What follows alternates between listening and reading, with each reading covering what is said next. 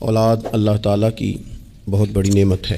انسان جب صاحب اولاد ہوتا ہے تو خدا کی خاص رحمت اس کے شامل حال ہوتی ہے، لیکن اس کے ساتھ ساتھ انسان کے لیے یہ بہت بڑی آزمائش بھی ہے۔ اولاد کے ساتھ ڈھیر سارے مسائل بھی وابستہ ہوتے ہیں۔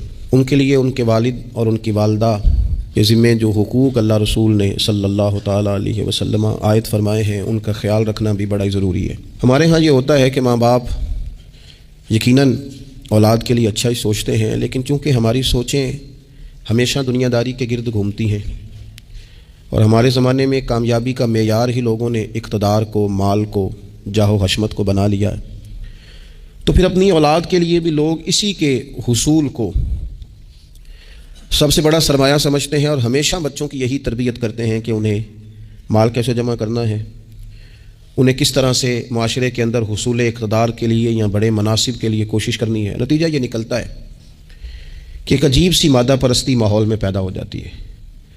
اسلام تربیت اولاد کے حوالے سے ہماری جو رہنمائی کرتا ہے تو وہ ساری باتیں اس میں شامل ہیں۔ بچوں کو آپ رزق حلال کمانے کی تلقین 100% کریں گے، انہیں اس فن سے ضرور آگاہ کریں کہ وہ کبھی کسی کے دستے نگر نہ رہیں، کہیں انہیں ہاتھ نہ پھیلانا پڑے، لیکن ان کی روحانی، اخلاقی، مذہبی تربیت یہ بھی اللہ تعالیٰ نے ماں باپ کے ذمے لگائی۔ یا ایھا الذین آمنوا قوا انفسکم واہلیکم نارا، اے ایمان والو خود بھی دوزخ سے بچو اور اپنے گھر والوں کو بھی دوزخ کی آگ سے بچاؤ۔ ایسے اسباب اپنے بچوں کو سکھاؤ کہ کہیں وہ جہنم کے راستے پر نہ پڑ جائیں۔ ان ساری راہوں کا انہیں تعین کر کے دو جو جنت کی طرف جاتی ہیں۔ ان کی جو اخلاقی زندگی ہے، ان کے کردار و عمل کا جو حسن ہے، اس کے لیے تم اپنے بچوں کی تربیت کرو۔ ہمارے ہاں اگر پہلی بات تو یہ ہے کہ ہم بچوں کو بار بار اسی بات کی طرف گامزن کرتے ہیں اور مثالیں بھی دیتے ہیں تو اس طرح کی دیتے ہیں کہ فلانے کا بیٹا دیکھو کتنے پیسے کما رہا ہے، فلاں کا بیٹا دیکھو کتنے بڑے عہدے پر فائز ہو گیا ہے، اور فلاں کا بچہ دیکھو کتنا شہرت پا گیا ہے۔ تو پہلے تو مثالیں ہی دنیا داری کی، اور اگر دین کے لیے ہم قائل کرنا بھی چاہتے ہیں تو کچھ مثالیں سنا کر، کچھ باتیں بتا کر، کچھ تقریر سنا کر۔ تو یاد رکھیے گا تقریریں گھر سے باہر چلتی ہیں، گھر کے اندر عمل چلتا ہے۔ بچوں کی دینی اور روحانی تربیت کرنے کے لیے سب سے پہلے ماں باپ کو دینی اور روحانی زندگی گزارنی پڑے گی۔ بچے جس طرح باپ کو وقت پر ڈیوٹی پہ جاتا ہوا دیکھتے ہیں، انہیں اپنے باپ کو وقت پر اٹھ کے نماز پڑھتا بھی دیکھنا پڑے گا۔ اگر اس کا کاروبار کم ہو جائے، کہیں نقصان ہو جائے، تو جس طرح وہ اسے پریشان اور بے حال دیکھتے ہیں، کاش ایسا ہو نا کہ کبھی باپ کی آنکھوں میں آنسو آئیں اور بچے پوچھیں کہ ابا جی کو کیا ہے، تو اماں کہے پتر تمہارے باپ کو حضور کا مدینہ یاد آتا ہے۔ یہ چیزیں روحانی زندگی جب ہم گزاریں گے تو بڑی جلدی ہمارے بچوں کے اندر یہ چیزیں پیدا ہوں گی۔ لیکن یہ تو نہیں نہ ہو سکتا کہ آپ فصل گندم کی بوئیں اور کاٹنا چاول چاہیں، یہ ممکن نہیں ہے۔ ہم چاہیں کہ ہم گھر میں کوئی دینی کام نہیں کریں گے، لیکن پتر تیرے اوپر پابندی ہے، تو نے سارے دینی، روحانی، اسلامی سارے تو نے کام کرنے ہیں۔ میرے پاس لوگ بچے داخل کرانے آتے ہیں تو ایک جملہ وہ اکثر بولتے ہیں، وہ کہتے ہیں جی میں بچہ داخل کرانا چاہتا ہوں تاکہ میری بخشش کا ذریعہ بن جائے۔ تو میں کہتا ہوں یہ بات آپ کی ٹھیک ہے، حدیث پاک میں الفاظ موجود ہیں کہ اللہ تعالیٰ والدین کو اعزاز دے گا، لیکن آپ ماشاءاللہ باشعور ہیں۔ اگر آپ کو اس بات کا شعور ہے نا کہ بچے کی وجہ سے، حافظ قاری علامہ صاحب کی وجہ سے میری بخشش ہو جائے گی، تو اور بھی تو کئی چیزیں بخشش والی ہیں، آپ عمل کیوں نہیں کرتے؟ ان پر آپ توجہ کیوں نہیں دیتے؟ اس طرف بھی تو آپ غور فرمائیں۔ آپ کسی اور کے ذریعے سے جو بخشش چاہتے ہیں تو کوئی ایسا کام کرے نا کہ ہم رب سے دعا کریں تو اللہ ہماری وجہ سے کسی اور پر بھی فضل فرما دے۔ لیکن ہم اپنے آپ کو تبدیل نہیں کرنا چاہتے، اپنے اندر تبدیلی نہیں لانا چاہتے۔ ہم کوئی سویرے اٹھ کے کچھ مصلے کو، عبادت کو، اللہ کو ٹائم نہیں دینا چاہتے، ہم گھر میں سچ نہیں بولنا چاہتے۔ کیا ہمارے بچوں کو خبر نہیں ہے کہ ہم موبائل پہ کیا دیکھتے ہیں؟ کیا بچوں سے یہ بات چھپی ہوئی ہے کہ گھر کے اندر جو مال آتا ہے وہ کس طرح کا ہے؟ کیا ہمارے بچے نہیں دیکھتے کہ ہمارے باپ کا رویہ ہماری ماں کے ساتھ کس طرح کا ہے؟ کیا وہ چیزیں بنظر غائب غور سے ملاحظہ نہیں کرتے کہ ہماری اماں کا رویہ اپنے میکے کے حق میں کیا ہوتا ہے اور باپ کے والدین کے حق میں کیا ہوتا ہے؟ وہ ساری چیزیں جو ہمارے گھر میں ہو رہی ہوتی ہیں وہ بغیر ہمارے بتائے بچے اسے سبق لے رہے ہوتے ہیں، اس رستے کے وہ مسافر ہوتے ہیں جس رستے پر میرے گھر والے چل رہے ہوتے ہیں۔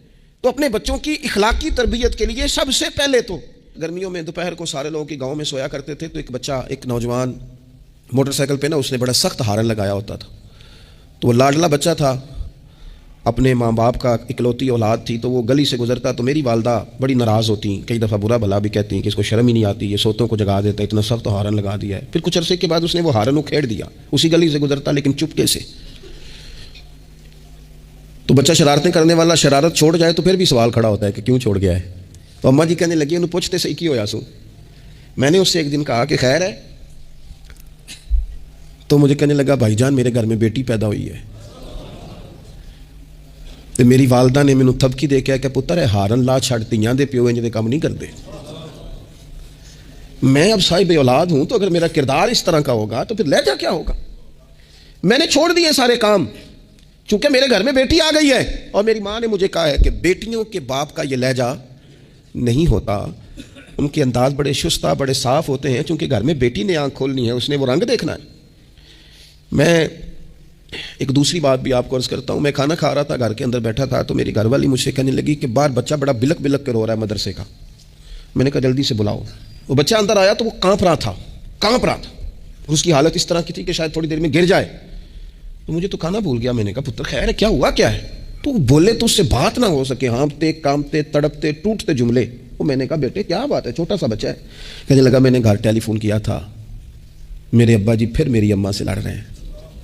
حضرت صاحب جب وہ لڑتے ہیں تو ہم چارپائیوں کے نیچے چھپ جاتے ہیں، خوف آتا ہے، میری بہنیں روتی ہیں، ہمیں کسی چیز سے اتنا ڈر نہیں آتا کیونکہ ہمارا والد پھر ہماری اماں کو مارتا ہے، خوف آتا ہے۔ آج گھر میں نا پھر ابا جی اماں کو پیٹ رہے ہیں، میں نے فون کیا تھا تو بہنیں رو رہی ہیں، آپ دعا کر دیں ہمارے گھر میں سکون ہو جائے۔ ہم تو اپنے بچوں کی آنکھوں میں آنسو نہیں دیکھ سکتے، پر یہ کس نے رلایا ہمارے بچوں کو؟ ماں باپ نے مل کے؟ کس نے تباہی کی؟ ان کے خیالات کیوں بکھر گئے؟ اتنا خوف کس چیز نے طاری کیا؟ یہ سکون کس نے چھینا؟ میں نے پھر ان کے والد کو بلایا، گزارش کی، اور مجھے امید ہے کہ وہ میری بات بھی سمجھ گئے ہوں گے۔ میں نے ان کو وہ سارے حالات سے آگاہ کیا کہ آپ کے بچوں کی نفسیات کہاں تک جا رہی ہے، پر میری آپ اس واقعے کے بعد میں سمجھا کہ شاید یہ ایک گھر کا مسئلہ تو نہیں ہوگا، جانے کتنے گھروں میں یوں ہوتا ہوگا، کتنے بچے خوف کی زندگی گزارتے ہوں گے، اللہ جانے اب کیا ہونے لگا ہے۔ تو اپنے بچوں کی اخلاقی تربیت کے لیے، اخلاقی بڑا پیار کرتا ہے باپ اپنے بچے سے، میں صحیح بتاتا ہوں آپ کو، بڑا پیار کرتی ہے ماں اپنے بچے سے، لیکن یاد رکھنا اس پیار میں کہیں وہ اخلاقی حدود کو کراس نہ کر جائے۔ یہ دیکھ لینا کہیں آپ کے لاڈ پیار میں کوئی ناجائز بات اس کے منہ سے نکلے کسی کے بارے میں اور آپ اسے قبول کر کے کہیں اسے تباہ نہ کر دیں۔ باپ میں نے دیکھا ہے یہ کام کرتے ہیں کہ بچے نے اگر کبھی کوئی تحفہ مانگ لیا ہے اور موقع آ گیا ہے تحفہ دینے کا تو باپ اوور ٹائم بھی لگاتا ہے۔ والد کہتا ہے اپنی فیکٹری کے مالک سے کہ میں تھوڑے تھوڑے کٹوا دوں گا، پر مجھے بچوں کے لیے گفٹ خریدنا ہے، ان کے کپڑے بنوانے ہیں، بڑی جان جوکھوں میں ڈالتا ہے، اور وہ کہتا ہے کہ میں اپنے بچوں کو مایوس نہیں دیکھنا چاہتا، میں اعلیٰ سے اعلیٰ چیز بھی لاؤں گا۔ پر آپ کو پتہ ہے اللہ کے پیارے رسول علیہ السلام نے فرمایا کسی باپ کا اپنے بیٹے کے لیے، اپنی بیٹی کے لیے سب سے بہترین تحفہ یہ ہے کہ وہ اپنے بچوں کو اچھا ادب سکھا دے۔ یہ سونا تحفہ دیا ہے باپ نے کہ اس بچے کو اس نے اچھی تربیت سے روشناس کرا، یہ خوبصورت تحفہ سونا، یہ کمال کر دی والد نے کہ اس نے اپنے بچے کے آداب زندگی میں ایک اچھے ادب کا اضافہ کیا۔ آپ نہ ہزاروں کا لاکھوں کا تحفہ لے کے آئیں لیکن اس کی اخلاقی تربیت کریں، اس کے کردار میں جاذبیت پیدا کریں۔ ہو نہ آج بھی کوئی ماں ایسی جو غوث پاک کی ماں کی طرح کہے پتر بھوک کاٹ لینا پر جھوٹ نہ بولنا۔ ہو نہ کوئی ماں آج بھی ایسی جو بابا فرید کی ماں کی طرح یہ کہے پتر تجھے شکر پسند ہے پر ملے گی تب جب تو نماز پڑھ کے مصلی اٹھائے گا۔ ہو نہ آج بھی کوئی خواجہ بختیار کاکی کی ماں جیسی ماں جو سارا دن گھر میں سپارے پڑھتی رہے اور 15 سپارے یاد ہوں اور صبح شام پڑھے۔ او خدا کے بندو، کچھ چیزیں ایسی ہیں جو کردار کی روشنی سے نور پاتی ہیں، جو صرف عمل کے حسن سے دنیا کو حسین کر دیتی ہیں۔ بچوں کی روحانی تربیت، اخلاقی تربیت، ہم نا جو بچوں کو سبق دے رہے ہیں وہ محدود زندگی کا دے رہے ہیں۔ ہم مسلمان ہیں، ہمیں ہمارے دین نے کہا ہے کہ زندگی 60-70 سال کی نہیں، اس کے بعد بھی ایک زندگی ہے جو ہمیشہ رہنے والی ہے، ختم نہ ہونے والی ہے۔ ہم نے بچوں کو جتنے اسباق پڑھائے ہیں وہ دنیاوی زندگی کے لیے، روزی روٹی کے لیے، کاروبار کے لیے، شادی نکاح کے لیے، لیکن ہمیں ہمارے دین نے کہا ہے کہ انہیں وہ سبق بھی دو جو قبر میں بھی انہیں کامیاب کرے۔ قوا انفسکم واہلیکم نارا، خود بھی دوزخ کی آگ سے بچو گے اور اپنے بچوں کو بھی بچاؤ گے، یہ اہتمام کرو۔ تو وہ خاص خوبصورتی جو ہمارے دین نے کہا ہے کہ ان کی اخروی زندگی میں ان کے کام ہے۔ دیکھیں نا، نبی پاک صلی اللہ تعالیٰ علیہ وسلم نے 3 چیزیں ہمارے ذمہ لگائیں، فرمایا اپنی اولاد کو سکھاؤ۔ یہ باپ کے ذمے لگائی ہیں حضور نے چیزیں، ماں کے ذمے لگائی ہیں. فرمایا یہ اپنی اولاد کو سکھاؤ 3 چیزیں. یا رسول اللہ صلی اللہ علیہ وسلم کون کون سی؟ فرمایا ایک تو اپنی اولاد کو اپنے نبی کی محبت سکھاؤ. اس کا مطلب ہے ابا کو نعت پڑھنی چاہیے نا، اس کا مطلب ہے اماں کو نعت آنی چاہیے نا، اس کا مطلب ہے حضور کے قصیدے یاد ہونے چاہیے نا، اس کا مطلب ہے نا کبھی بازو تھام کے باپ کا ہے نا پتر چل آج فلان جگہ تجھے لے جاؤں، وہاں مدینے والے کی باتیں ہوں گی. اس کا مطلب ہے کہ اسے باپ کو ان سارے رستوں کا تعین تو بیٹے کا بازو تھام کے اسے کتنی جگہوں پہ لے گیا ہے. چل ایک دن یوں بھی کہا تھام اس کا بازو اور اسے حضور کے مدینے بھی لے جا، کر محبوب کے سامنے کھڑا. فرمایا اپنے بچوں کو اپنے نبی کی محبت سکھاؤ، اور فرمایا دوسرے کام یہ کرو کہ اپنے بچوں کو اپنے نبی کی اولاد کی محبت سکھاؤ. سکھائی حضرت عمر نے جناب عبداللہ کو، عبداللہ ابن عمر کو محبت، تو پھر انہوں نے محبت کی. اپنی اولاد کو اپنے نبی کریم کی اولاد کی، اہل بیت کی محبت سکھاؤ. اور تیسرا حضور نے ذمہ لگایا کہ اپنے بچوں کو قرآن پاک کی تلاوت سکھاؤ. یہ ماں باپ سکھائیں، پہلے خود سیکھیں پھر اپنے بچوں کو سکھائیں. انہیں کہ پتر آ بیٹھ میرے پاس بیٹھ کے قرآن شریف پڑھ، میں تجھے پڑھاتا ہوں. تلاوت کلام مجید تو ہر مسلمان کے لیے صحیح تلفظ سے سیکھنا ضروری ہے، تو پہلے سیکھیں پھر سکھائیں. تو ان کی اخلاقی تربیت، روحانی تربیت، 2 انسان کی تربیت کے مزاج ہوتے ہیں، ایک اس کی ظاہری تربیت ہوتی ہے، ایک اس کی باطنی تربیت ہوتی ہے. اس کے ظاہر کا بھی خیال کریں. نبی پاک علیہ السلام کے سامنے ایک بچہ کھانا کھا رہا تھا تو جہاں سے مرضی کھا رہا تھا، تو اللہ کے پیارے رسول صلی اللہ تعالیٰ علیہ وسلم نے فرمایا سیدھے ہاتھ سے کھاؤ اور اپنی سائڈ سے کھاؤ، اللہ تمہیں برکت عطا کرے گا. بچوں کو اخلاق کا، آداب کا طریقہ بھی بتایا جائے. ہمارے ہاں نا شادی سے واپس آ کر، محفل سے واپس آ کر بچوں کو ڈانٹا جاتا ہے کہ آج تو آپ نے بڑی انسلٹ کرا دی، آپ کو روٹی نہیں کھانی آئی. تو بھئی یہ بچوں کو آپ ڈانٹے نہیں، یہ تو آپ کو چاہیے تھا کہ اس سے پہلے سکھایا جاتا کہ کھانا کیسے ہے، بیٹھنا کیسے ہے، جانا کیسے ہے، کسی سے سلام کلام کیسے کرنا ہے. یہ ڈانٹنے کی بات ہے؟ یا استاد کو چاہیے تھا کہ اپنی کارکردگی پر غور کرتا، بجائے اس کے کہ اپنی کارکردگی کو دہرایا جائے. الٹا آپ اس شخص کو ڈانٹ رہے ہیں جو زیر تربیت ہے. اور پھر بعض اوقات یہ ہوتا ہے کہ بچوں کو اس طرح ڈانٹا جاتا ہے، ہمارے صوفیاء نے لکھا ہے جب بچے پہ غصہ آئے تب اسے سزا نہیں دینی، ایک دن بعد سزا دو یا کچھ گھنٹوں کے بعد، اس لیے کہ غصے میں جو سزائیں دی جاتی ہیں وہ حد سے کراس کر جاتی ہیں. بچوں کو مناسب انداز میں سزا دینا بھی شریعت میں موجود ہے. سب سے زیادہ حضور پیار کرتے ہیں امت سے، لیکن نبی پاک صلی اللہ تعالی علیہ وسلم نے فرمایا 7 سال کے بچے کو نماز کا کہو اور 10 سال کا نہ پڑھے تو سزا دو. اسے مناسب حد تک تنبیہ کرو، سزا دے کے بھی پڑھاؤ، کیونکہ عمر ایسی ہوتی ہے آپ کو فصل کو پانی بھی دینا پڑتا ہے اور جڑی بوٹی کو کاٹنا بھی پڑتا ہے. اب کو بندہ کہ نہیں میں بڑے مہربان طبیعت کا مالک ہوں جی، میں جڑی بوٹی کیسے کاٹوں؟ تو بھائی جڑی بوٹی کو کاٹنا بھی فصل سے پیار ہی ہے، اس پر بھی توجہ ہونا چاہیے. ایک مناسب مقدار میں آپ کسی چیز کو بھی رکھیں، افراط اور تفریط سے پاک. بچے کو مناسب حد تک آپ تنبیہ کریں، اس کی ظاہری باطنی تربیت پر توجہ دیں. حضرت عمر بن عبدالعزیز رحمۃ اللہ علیہ کے والد مصر میں ہوتے تھے، اور جناب عمر بن عبدالعزیز حضرت صالح بن کسان رحمۃ اللہ علیہ کے محدث تھے، ان کے پاس مدینہ طیبہ میں تعلیم حاصل کرتے تھے.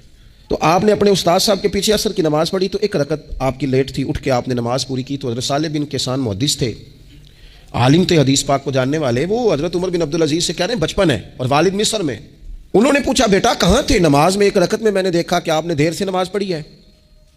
تو عرض کرنے لگے میں نا حضور کنگھی کر رہا تھا. بعض بچے آئینے کے سامنے کھڑے رہتے ہیں پھر بڑی بڑی دیر ہی کھڑے رہتے ہیں. کنگھی کر رہا تھا تو ذرا دیر ہو گئی. حضرت صالح بن کسان رحمۃ اللہ علیہ نے ان کے والد کو مصر میں خط لکھا. فرمانے لگے جوانی بھی ہے، موقع بھی ہے، فرصت بھی ہے، اور ابھی بھی آپ کا بیٹا جماعت سے نماز نہیں پڑھتا. مصر میں خط گیا. آج جب میں نے پوچھا ہے تو اس نے کہا میں کنگھی کر رہا تھا. اتنے معمولی سے کام کے لیے اس نے تکبیر اولیٰ چھوڑ دی. اب وہاں مصر میں بیٹھے والد نے یہ نہیں کہا کہ مولوی صاحب آہستہ آہستہ ٹھیک ہو جائے گا، آپ کو کیا ہو گیا ہے، کوئی باتیں کرنے والی. انہوں نے وہاں سے گھوڑے پہ بندہ دوڑایا، بندہ مدینہ طیبہ آیا. اس نے کہا جاتے ہی عمر بن عبدالعزیز کو لے جانا حجام کے پاس اور اس کے سارے بال اتروا دینا، اور اسے کہنا پتر جن بالوں کی وجہ سے نماز رہ جائے ان بالوں کو سر پہ نہیں رہنا چاہیے. تیری جماعت کی رکعت رہ گئی پتر، اتنا بڑا کام، اللہ کے حضور حاضری کا موقع تھا. پھر اس کا رزلٹ کیا نکلا؟ حضرت عمر بن عبدالعزیز بادشاہ بنے. 39 سال عمر میں انہوں نے پوری امت کو خیر سے بھر دیا. حشام بن عبد الملک کے بھی 11 بیٹے تھے، جناب عمر بن عبدالعزیز کے بھی 11 بیٹے تھے. حشام جب دنیا سے گیا تو ہر بیٹے کو 10 لاکھ دینار آئے، اور جناب عمر بن عبدالعزیز جب دنیا سے گئے تو 11 بیٹے تھے اور 6 دینار تھے. اور جاتی دفعہ کہنے لگے پتر اپنے باپ پہ شکوہ نہ کرنا، تمہارا باپ بزدل تھا. 2 رستے تھے، یا تو میں اپنے لیے جہنم کٹھی کرتا اور تمہارے لیے جائیداد بناتا، لیکن میں بزدل تھا، دوزخ سے ڈر گیا، میں جائیداد نہیں بنا سکا، اپنے باپ کو معاف کر دینا. تو بچے کہنے لگے ابا جی ہم جس گلی سے گزرتے ہیں لوگ اٹھ کے کھڑے ہو جاتے ہیں کہ نیک باپ کی اولاد جا رہی ہے، اچھے باپ کے بچے جا رہے ہیں، ہمیں کوئی ضرورت نہیں جائیدادوں کی۔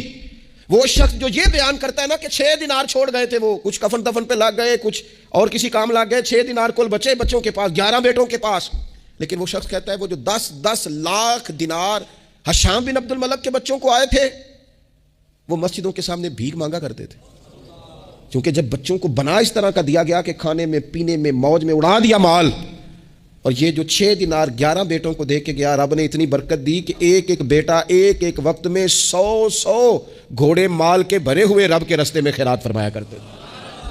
اصل دولت اولاد ہے، اصل دولت اس کا اخلاق ہے، اصل دولت اولاد کی اخلاقی تربیت ہے۔ ایسا نہ ہو کہ مال کمانے کے چکر میں اصل دولت سے ہاتھ دھو بیٹھے، ایسا نہ ہو کہ بینک پیسوں سے بھر جائے اور ہماری اولاد ہاتھوں سے نکل جائے، ایسا نہ ہو کہ ہم نے یاروں کو ٹائم دے دے کے تو بڑی دور نکل گئے ہم، لیکن ہمارے بچے کے ذہن میں چند سوالات تھے، ہم انہیں مطمئن نہیں کر سکے، ہم نے نوکروں کے ذمہ ڈال دیا، فلانے کے ذمہ ڈال دیا، چچا کے ذمہ ڈال دیا، وقت نہیں دیا، ٹائم نہیں دیا۔ کائنات میں سب سے مصروف زندگی رسول کریم کی ہے، پر حضور تو انہیں کندھوں پر بھی بٹھایا کرتے تھے، نماز میں بھی بچے ساتھ آ جاتے تھے اپنی، اور پھر بچوں کو احساس دلائیں کہ سب انسان برابر ہیں، انہیں تقوی کا درس دیں۔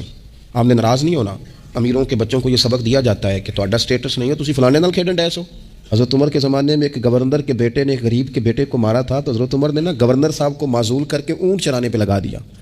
لوگوں نے کہا ابے کا کیا قصور ہے؟ فرمانے لگے اس کا بھی تو قصور ہے نا، اسی نے تو اسے بتایا کہ تو گورنر کا پتر ہے۔ اگر وہ بتاتا کہ بیٹا قانون سب کے لیے ایک جیسا ہے تو یہ کام نہ ہوتا۔ چھوڑ دو کمی اور چودھری کی تقسیم، تمہاری اولادیں بچ جائیں گی۔ چھوڑ دو امیر اور غریب کا فرق، بچے متقی اور پرہیزگار ہو جائیں گے۔ چھوڑ دو یہ سٹیٹس کا دھندا، تمہاری اولاد کے دل سے کبر اور تکبر نکل جائے گا۔ محبوب نے یہ فرق مٹا کے ہمیں بتایا ہے کہ اخلاق حسن ہے، کردار معیار ہے۔ تمہارے اندر اگر تقوی کی دولت آتی ہے تو یہ اصل اعزاز ہے۔ خوش قسمت ہے وہ باپ جس کو کوئی آ کے کہے کہ تیرے بیٹے کو نماز پڑھتے دیکھا ہے۔ میں نے ایک جگہ نا ایک تراویح پڑھی تو میرے ساتھ ایک صاحب تراویح پڑھ رہے تھے، وہ روتے جا رہے ہیں، تو میں یہ سمجھا کہ شاید ان کو قرآن مجید کی سمجھ آ رہی ہے، چلے تھوڑا بہت میں بھی طالب علم ہوں قرآن پاک کا، تو میں نے کہا ایسی آیات تو نہیں ہے اتنا رونے والی، لیکن بہت ہی رو رہے ہیں۔ تو 2 رکعتوں کے بعد میں نے ان سے کہا کہ اب تو آپ کی کیفیت وہاں چلی گئی ہے کہ نماز میں اتنی آواز نکلنی نہیں چاہیے، کیا مسئلہ ہے؟ تو کہنے لگے حضرت صاحب میرا پتر پہ تراویح پڑھانا ہے۔ تو یہ دیکھیں نا، یہ بہت بڑی خوبصورتی ہے، لیکن یاد رکھیں اس کا حافظ قاری عالم ہونا بھی بڑی بات ہے، لیکن شرط یہ ہے کہ وہ اخلاقی طور پر اگر ایک اچھا انسان بن جائے تو پھر بھی بڑی بات ہے۔ اگر آپ کو یہ کوئی آ کے بتائے کہ میں جا رہا تھا چکی پہ گندم لے کر پسوانے کے لیے، لیکن تیرے بیٹے نے تو جلدی سے موٹر سائیکل روکا ہے، اس نے کہا چچا جان مجھے دینا میں چھوڑ کے آتا ہوں، اور میں جا رہا تھا ڈاکٹر کی طرف دوا لینے، لیکن اس نے کہا کہ آپ ادھر میرے ساتھ آئے نا، میں جاتا ہوں آپ کو لے کر کے۔ یہ بہت بڑا اعزاز ہے، بچوں کو اخلاقاً مضبوط کر دینا، ان کے کردار کے اندر وہ خوبصورتی لے آنا۔ میں بڑے درد سے آپ سے عرض کروں، ہم اپنی اولاد کی تکلیف نہیں دے سکتے، دیکھی نہیں جاتی، کیسے دیکھیں گے؟ تو مجھے بتاؤ، کیا خدا نہ خواستہ اللہ تعالیٰ سب کو محفوظ کرے، قیامت میں اگر اولاد کو عذاب ہوگا تو دیکھا جا سکے گا؟ اور اگر نہیں دیکھ سکتے تو پھر خدا را کبھی بھی انہیں رزق حرام نہ کھلانا، تھوڑی روٹی لیکن حلال، تھوڑا مال مگر جائز، سادہ سواری مگر جائز پیسوں۔ میرے نبی پاک صلی اللہ علیہ وسلم نے فرمایا جو گوشت حرام سے پلے گا وہ جنت میں نہیں جائے گا۔ اپنے بچوں کے لیے رزق حلال کا بندوبست کریں، جس طرح ڈھونڈ کے لاتے ہو نا بچوں کے لیے اچھا گوشت، ڈھونڈ کے لاتے ہو نا بچوں کے لیے وہ غذا جس میں ملاوٹ نہ ہو، ڈھونڈ کے لاتے ہو نا بچوں کے لیے وہ والا کھانا جو غیر معیاری نہ ہو، معیاری ہو، ڈھونڈ کے لاتے ہو نا خالص چیزیں اپنے بچوں کے لیے، اسی طرح ان کے لیے طیب اور طاہر رزق بھی لے کے آؤ تاکہ ان کے اندر روحانیت پیدا ہو، تاکہ تقوی کی روشنی دوڑے۔ امام حسن رضی اللہ تعالیٰ عنہ مسجد نبوی شریف میں تشریف لائے تو صدقے کی کھجوروں کا ڈھیر لگا ہوا تھا، ایک کھجور بچپنا تھا، اٹھا کے منہ میں رکھ لی تو اللہ کے رسول صلی اللہ علیہ وسلم نے انگلی ڈال کے نکال دی، فرمایا پتر میری اولاد کے لیے صدقہ جائز نہیں ہے۔ انگلی ڈال کے حضور نے نکال دی، ہمیں یہ سبق دیا کہ تمہاری اولادوں کے قریب صرف وہ رزق جانا چاہیے جنہیں رب رسول نے ان کے لیے جائز رکھا ہے۔ اگر گلے میں انگلی ڈال کر بھی تمہیں وہ لقمے نکالنے پڑے تو نکال دینا، یہ طریقہ تمہارے لیے تمہارے نبی نے رکھا ہے، ان کے قریب حرام نہ جانے دینا، ورنہ ہم ڈھونڈتے پھریں گے دوستو، ہم ڈھونڈتے پھریں گے، چیزیں کہیں کی کہیں پہنچ جائیں۔ خدا را ان کا قصور کیا ہے نونہالوں کا یہ تو ہماری گود میں پلتے ہیں، کیوں ہم انہیں وہ والا مال لا کے دیتے ہیں جو ان کے لیے جائز نہیں؟ کیوں ایسی چیزیں انہیں فراہم کرتے ہیں کہ ان بیچارے بھولوں کو پتہ ہی نہیں ابا کیا کچھ لے آیا؟ طیب، حلال، پاکیزہ، صاف ستھرا، معیاری ان کے لیے غذا کا بندوبست کریں۔ اور ان کے لیے ایک بات اور آپ کو آخر میں عرض کرنی ہے، یہ آپ نے نا میری منت سمجھنی ہے۔ اس طرح بچوں کو نسخے بتاتے ہیں نا کمائی کرنے کے، اس طرح انہیں ہنٹس دیتے ہیں نا دنیا میں چھا جانے کے، اس طرح آپ اپنے بچوں کو وظیفے بتائیں، انہیں اذکار کی فضیلت والد صاحب بتائیں۔ کیوں؟ کہ یہ میرے نبی پاک کا طریقہ ہے صلی اللہ تعالی۔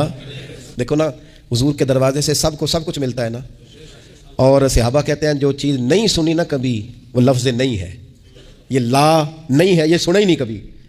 لیکن نبی پاک صلی اللہ تعالیٰ علیہ وآلہ وسلم نا سحری کے وقت سیدہ فاطمہ آرام فرماتی سحری کے وقت، تو حضور نے ہماری تعلیم کے لیے، ہمیں سمجھانے کے لیے بیٹی کو پاؤں سے پکڑ کر اٹھایا، فرمایا فاطمہ اٹھو، یہ تو رب سے رزق مانگنے کا وقت ہے، اٹھو، طلوع فجر سے طلوع صادق تک اللہ تعالیٰ رزق تقسیم کرتا ہے، اٹھو مصلے کو آباد کرو۔ شاید یہی وہ سبق تھا کہ امام حسن کہتے ہیں پھر میں نے اپنی ماں کو ساری رات ہی مصلے پہ دیکھا، سارا دن ہی دعائیں مانگتے دیکھا۔ او دیکھو میرے دوستو، حضور کے دروازے سے سب کو سب کچھ ملتا ہے، اور جب سیدہ فاطمہ نے کہا تھا نا یا رسول اللہ غلام مل جائے، تو کریم رسول نے بیٹی کو وظیفہ دیا۔ چلو حضور کی سنت سمجھ کے ابا جی ایک ایک وظیفہ بتائیں نا اپنی اپنی بیٹیوں کو، بتائیں گے انشاءاللہ؟ چلو ایک ایک وظیفہ بتائیں نا بیٹوں اور بیٹیوں کو، اور کہیں کہ یہ میں بھی پڑھتا ہوں، بڑی برکت والا ہے پتر، تو بھی پڑھا کر، یہ وظیفہ بتائیں گود میں بٹھا کے۔ میں نے کہا ہم ہنٹس دیتے ہیں مال کمانے کے، یہ بھی تو دو نا۔ تو نبی پاک علیہ السلام نے کہا پتر، غلام تو میں مدینے کے غریبوں پر تقسیم کروں گا، لیکن تجھے ایک وظیفہ دیتا ہوں، 33 بار سبحان اللہ پڑھا کر، 33 بار الحمدللہ پڑھا کر، 34 بار اللہ اکبر پڑھا کر۔ جب بھی یہ وظیفہ ختم ہوگا رب غلام آزاد کرنے کا ثواب عطا فرمائے گا۔ اس تسبیح کا نام ہی تسبیح فاطمہ ہے، اور شان یہ ہے کہ فرمایا اگر کسی کے گناہ سمندر کی جھاگ کے برابر بھی ہوں تو ہر نماز کے بعد یہ پڑھے، اللہ سارے گناہ معاف فرما دے گا۔ تھوڑا کسی وقت بیٹھ نہ جائیں بچوں کو لے کے گھر کے اندر کے پتر آؤ نا آج درود شریف پڑھیں۔ صبح نا کبھی کبھی بڑا یاد آتا ہے، میری دادی اماں تخت پوش پہ بیٹھتی تھیں، وہ نماز پڑھ کے پھر سب کو جگاتی تھی، اٹھو، اور دونوں لفظ کہتی تھی، اٹھو سبق پڑھو تو نماز پڑھو۔ نماز اور سبق اس سے مراد ہے نماز پڑھ لو اور پھر قرآن پاک، یہ 2-4 دن کریں نا ہم سارے اپنے اپنے گھر میں، یا آؤ بھی بچوں سارے پہلے نماز پڑھیں پھر سارے قرآن شریف کھولیں، تھوڑی دیر یہ کھولو نا، امید ہے رب کے فرشتے رحمتوں کا نزول فرمائیں گے۔ تو بچوں کی روحانی، اخلاقی، عملی، دینی تربیت پر ہم نے توجہ دینی ہے۔ اللہ تعالی ہمیں اس کی توفیق عطا کرے۔